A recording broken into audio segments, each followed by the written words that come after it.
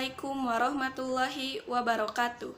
Sampurasun, wilujeng enjing pamirsa, tepang deui sareng simkuring Elsa Amaliawati dina acara Warta Sunda, nunyuguhkeun informasi aktual jeung faktual. Salami 3 menit kapayun, simkuring nyarengan pamirsa dina informasi-informasi sabudeureun Jawa Barat.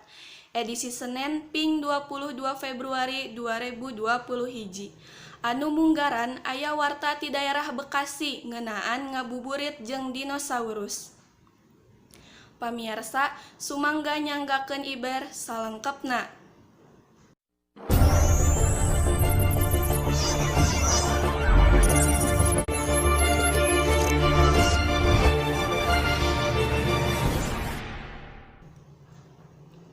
Dino Show, salah sahiji tempat pintonan dinosaurus di Bekasi ayeuna jadi tempat pangjugjugan balarea kaasup pangjugjugan pikeun ngabuburit. Di ieu tempat anu ngadongdona meunang pangaweruh anu mundel ngeunaan dinosaurus. Pikaresepeun kitu pisan wahana Dino Show di hiji mall di Bekasi teh. Teu kudu heran mun eta pintonan teu weleh haneuteun ku nu lalajo, utamana barudak bari diaping ku kolot-kolotna. Pintonan Dino Show teh nyaeta pintonan ngeunaan dinosaurus sato purba anu geus punah ti alam dunia. Pintonanana daria pisan, sajabat ti lantaran dinosaurusna meh sarimbag jeung aslina, oge lantaran dirojong ku sound effect nu matak hokkeun. Seli jeung Risma warga Bekasi ngaku lalajo dinosaurus teh resep kacida.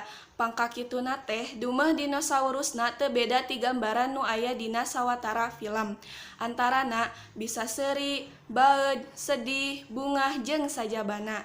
Eta sababna mun aya waktu manehna sok ngahaja lalajo bari ngabuburit. Mun taya harungan mah eta pintonan teh bakal aya di Bekasi tepi ka 15 Juli nu bakal datang.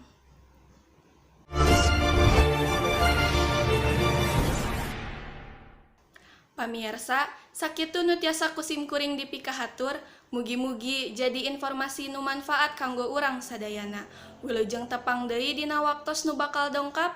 Wassalamualaikum warahmatullahi wabarakatuh. Hurip Sunda.